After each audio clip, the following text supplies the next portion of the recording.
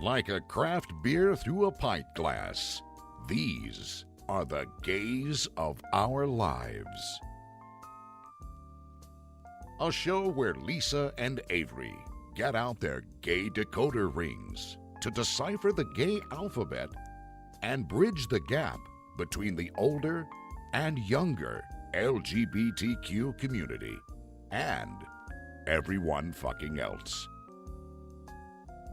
And now here are your hosts, Lisa and Avery. Don't blame them. All right. Shut up.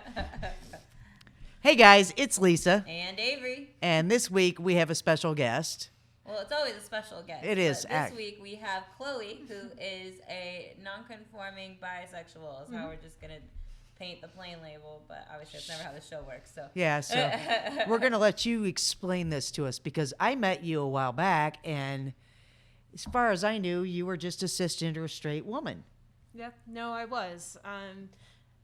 I've known more or less that I was bisexual ever since I was a teenager but I just didn't quite know what to do with it because in the past couple times that I've expressed that, to my friends, I had, a lot of people were acting very confused or very nervous that I was always hitting on them. So I just kind of pushed that to the side. I'm like, I'm just going to forget about this. And if I forget about it, then it's not real. Out of sight, out of mind. Exactly. So as I grew older and I became more capable of thinking for myself, I decided to just kind of own that part of me now that I could explore that. And ever since then, it's been pretty great. Now, there is bisexual, but there's also pansexual, which are close. So They're interchangeable. And there's a lot of discourse. Everybody thinks that if you use pansexual, that means you're inclusive of trans folks or non-binary people. But in actuality, bisexual people are not at all exclusionary to those people either. It's all just, whatever title you prefer, because one way I heard it described was bisexual basically means you date somebody of your own gender or somebody different than your gender. And that could be a multitude of things. For me, being a bisexual, gender nonconforming person, I could date somebody like me, or I could date somebody who is cis, or I could date somebody, who is very femme, and, it would still be valid in being bisexual. So with gender nonconforming then, you're still she, her, hers. Yes. But then, so for you, I guess, how does that how do you live that definition? For me, it's mostly just in having female parts and in owning the she, her pronouns. I don't necessarily claim that as a big part of my identity, if that makes sense, because I've always liked presenting masc as much as presenting femme. So for me, calling myself gender nonconforming is just an easier way of just owning that fluidity. Some days I will wear a dress and makeup and feel great, and other days I'll put on a suit and a bow tie and still feel great. So it's just owning, whatever I feel like that day. how is that different than non-binary, non-conforming? Is it the same kind of thing? It can be, because I don't necessarily feel dysmorphic. Okay. Or anything like that when I present either way. It just depends on the person. And So the difference would maybe be the dysphoria or Right. not. Yeah, well, because Okay. I feel like non-binary specifically not always, but I think assign themselves to like the transgender community, which to be fair, they're definitely a part of our community, but it's also those things too. Where, then I think you have gender non-conforming, where it's like, I don't know if you're seeking hormone treatment or anything like that. I'm not. Yeah, so you seem very comfortable with yourself. Yeah. That's like my guess as a definition from being on the outside of the box. Yeah, no, I think that would be accurate. Yeah? Yeah. So you also said poly, am I correct? Yes. Okay. I am polyamorous, which means that I can ethically love more than one person. I like how you say ethically. Ethically, yeah. Yeah, so a lot of people think, oh, you can love more than one person, so is it cheating? In a perfect world, it wouldn't be, because everybody would know about each other They don't have to know the ins and outs if they don't want to, but it is definitely something like, for instance, if I'm interested in somebody, that's one of the first things that I tell them when I'm going on a date with them. I'll say, I want to go on a date with you, but you need to understand that I have 2 partners, and they know about each other, and they support me in going on a date with you. Is that going to be something we need to talk about, or is that a deal breaker?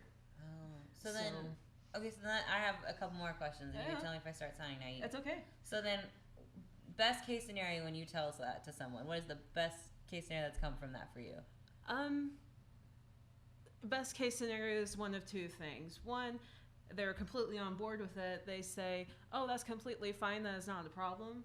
Or second best would be, I don't think I could be poly as well as you, but I am still going to support that.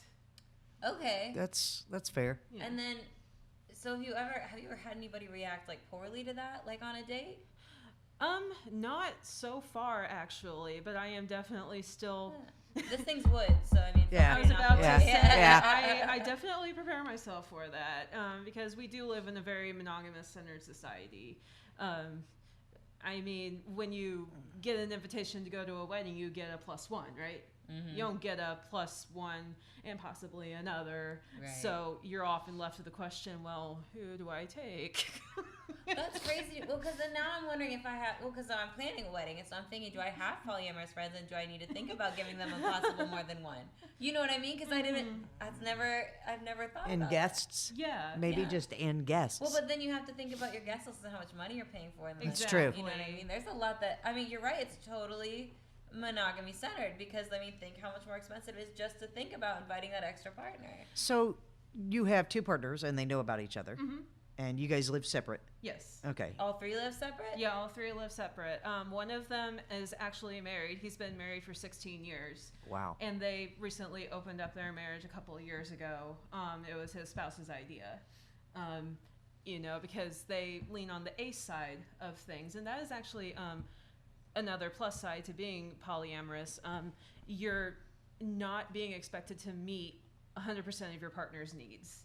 Oh, so like sex isn't necessarily a part of that relationship? No, poly can be, completely asexual in nature, and you could just be there for the companionship. You can, say, oh, you don't like, sports things. Well, I can go out with my partner because they like sports and you don't. So you don't have to suffer through that just because I like it. So Yeah. it's non-sexual. It can Or be it can be. non-sexual. Yeah, it's all on what you like and what you feel like you need. Huh. So it's I just that opens up a lot of like ideas because really, and like a lot of people think like you need to find all of it out of one partner, but if you're not living with that partner and like you don't need that sense of security from that partner, Exactly. that's not what you need from that person. Yeah. I'm just saying that's No, it makes sense. Yeah.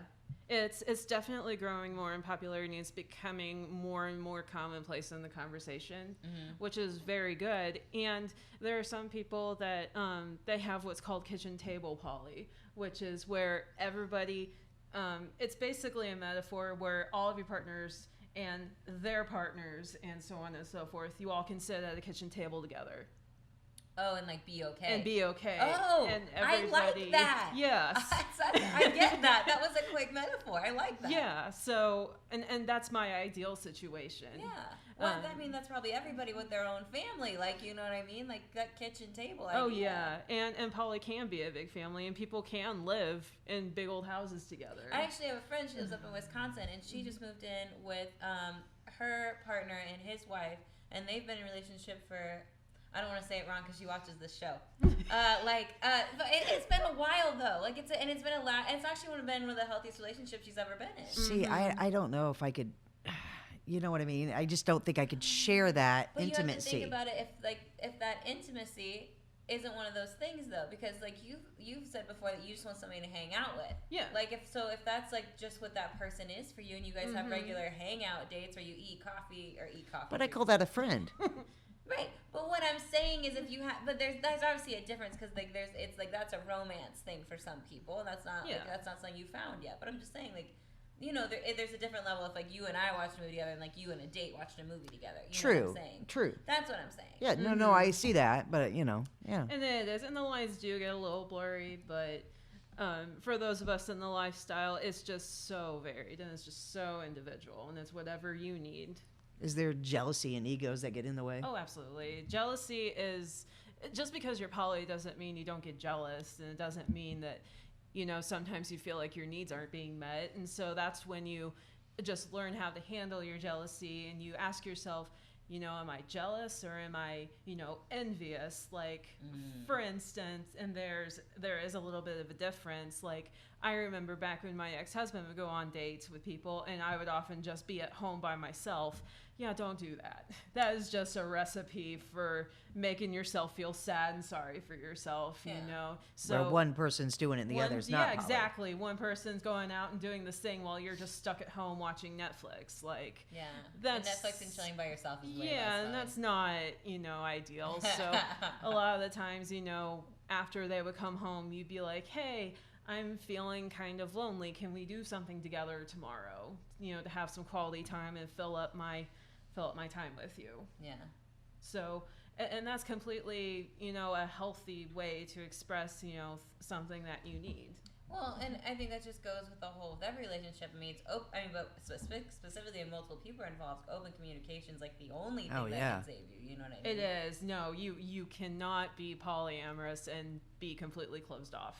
Yeah. And be, you can't like squash your own feelings. You can't, just constantly give and give and give and think that you're going to be okay. You have to take care of yourself, and you have to communicate what you need and where you're uncomfortable, and parts of you that can grow and can change for the better. Yeah. To be fair, and obviously that's true in monogamous relationships too, but I feel like, so when, I guess this is my next question then, so with polyamory in your day-to-day life, where do you feel like that monogamous culture detracts from your life? Day-to-day, if there's something that happens. Goodness. Oh, there's a list.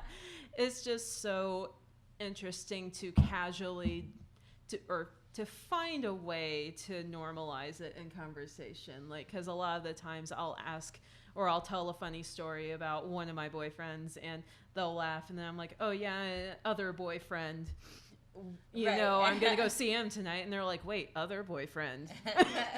Well, it's kind of like you're casually dating multiple people, but it's more committed, and you guys... Exactly. Right? Yes. Yeah. No. Which most people don't know how to do. That's I'm serious. But no, I don't know that's how true. to casually date. Because, and you see, I feel like, I'm not calling anyone out when I say this, and I don't want to get in any kind of trouble, but you see those Lesbians who think they're the cock of the walk.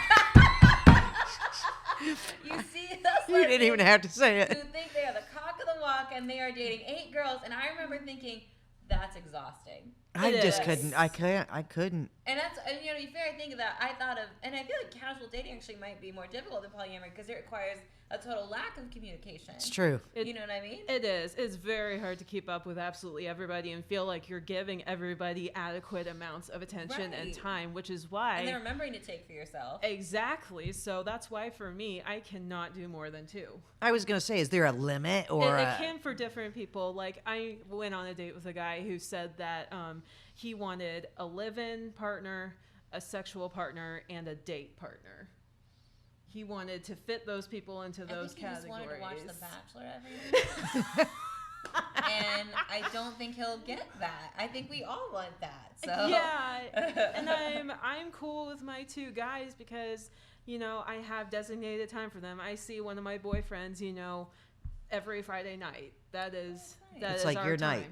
That And is our you- time. It's routine. It's in our Google calendars. I love that. Are it's- you all synced to the same Google calendar? Mhm. That's even better. Yeah, This we're is- all color coded. See, that just tells me All that the partners. polyamory Yes. people, to be successful, need to be well organized and have good communication skills. So they'd be also great in a PR department, or they have great HR skills.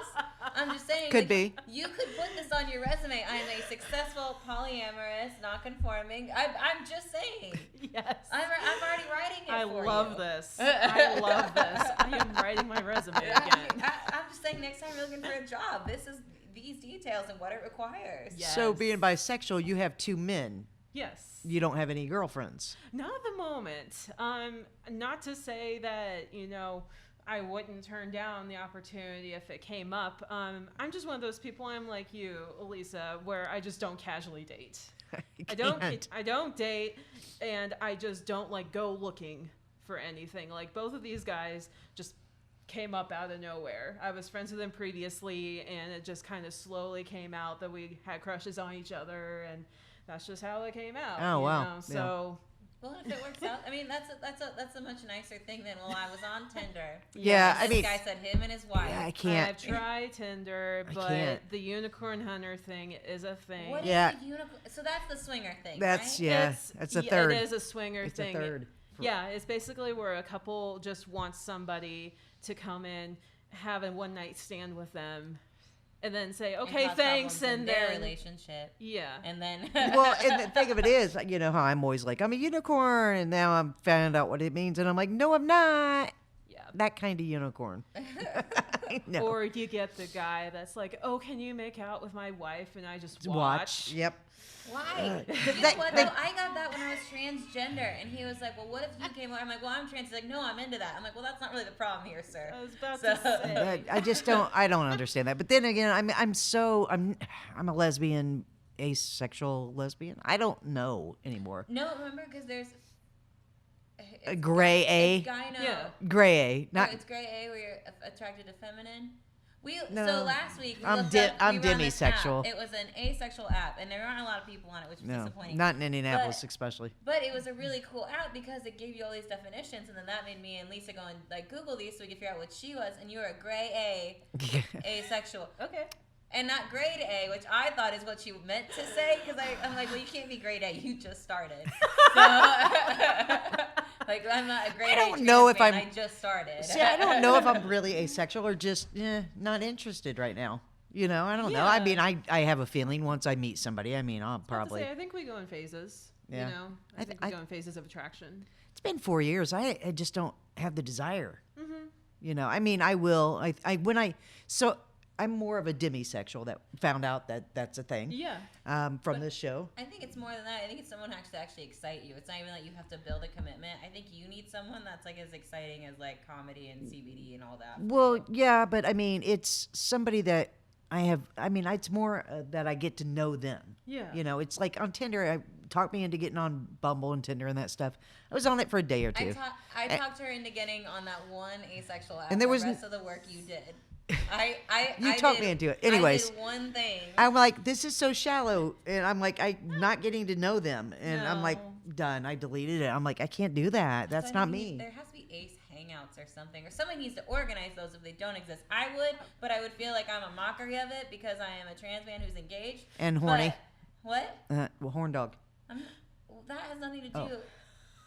That is all saved for my fiance now. So that still doesn't make any sense why I would be setting up these hangouts and they just be like, this guy just wants to watch us talk. That's weird. You know? Kind of like a pedophile or something, or Right, but a I'm just voyeur. really A into- voyeur. I'm just really into people communicating and I'm just sitting at the bar watching everybody mingle. That's Yeah. weird. Right. That's weird. And every now and then I just giggle really perverted, like, Oh my God. I'm not saying this is going to happen because I'm not setting up the asexual hangout. I'm saying that somebody needs to because I think that is something that could really just benefit a lot of people. I'm sorry, we got way off track. Oh no, 'cause it's you're not- fine. No, because- I'm loving it. I'm like, I know so many asexual people. Right, and you should You set up do? the asexual hangout. You Good. do? Yeah. You know a lot of asexual people. We've wanted to have an asexual, somebody that identifies as asexual on. I was about to say, 'Cause I don't know if I really am or not. I mean, temporarily maybe. I don't- Or they could just have like a conversation with Lisa about her feelings. yeah, I mean, we could just talk off air even. I honestly, I think that like, because the ace thing, I know, and again, I know you're not asexual, so I promise we're coming right back around. It's But okay. the whole asexual thing, the only reason it's really fascinating recently is because like, I see people who are in relationships and they don't look unhappy. Like, and unfortunately, I was raised in the same civilization as everybody else in America, where you're just sex driven. And as Lisa called me a horn dog, that's like not inaccurate, but I'm not gonna call myself that because I have respect for myself. But what I'm saying little. is like so for me to see like a culture that I'm like, wow, they look really happy, and it's actually made me actually get better at evaluating things from Allie that are like not sexually. So I mean, I kind of get that. Like, well, you can have a partner who's asexual and you can get fulfillment out of that. Because I totally get that from Allie on days like where I guess testosterone messes with all that, and sometimes you're raging and sometimes you're not. And you know, but I still like, you know, communication alone is just like so fulfilling. So I'm sure like partner, that says a lot for what you guys do have. It's honestly been amazing to just be able to say, you know, what I need or what I'm feeling, and everybody just listens. Nobody judges. Everybody says, okay, well, I'm here for you. What do you need from me right now? And a lot of the times it could be, I need you to come over, or I just need to be left alone for a little bit, or I just need to hear you say everything's going to be okay. Yeah. And they can do that. And there's like no pressure for all of them. And there's no like motive of I need to comfort her so I can get her in bed later, because having sex with a crying person's not fun. Like that's not the motive there, which is really Well, nice. you see that kind of stuff happen a lot, though. You do. And Straight people a lot of times, cisgender, and just, I mean, I you think- see that happen a lot. Well, I'm not in gonna general, say I'm not just guilty of straight. it. I'm saying that happens with people. Yeah, that's, does. yeah. But it's nice to know when like sex is taken out of the equation, you know that person is sincerely listening and giving you their full advice, and you can communicate genuinely, honestly, because again, you're not worried about like I don't know. No, I think you're right. I mean, because that's how I get attracted to people more when we're on that level. mm-hmm. I'm more attracted and with people, you know, that I'm on that level with than anything with their, you know, their looks or anything like that. Mm-hmm. For sure. Mm-hmm. But I do have friends that they're married. They're asexual by marriage. Mm-hmm. They're like, I'm asexual. And I'm like, yeah, just because you're married that long, you know, but that's what it Yeah. becomes eventually anyways. It I mean, you does. become companions in the long run Exactly. eventually anyways. You do, and that's, you know, something that you do keep in mind. Like, I'm going to use my boyfriend and his spouse as an example. They've been married 16 years, and, you know, they're slowly slipping into the companionship era of their lives, but his spouse didn't want my boyfriend to feel slighted or, you know, like he wasn't getting his needs met. And so they, you know, said, hey, if you want to go out and date people or have sex with them and be safe about it, that's not going to be a problem for me.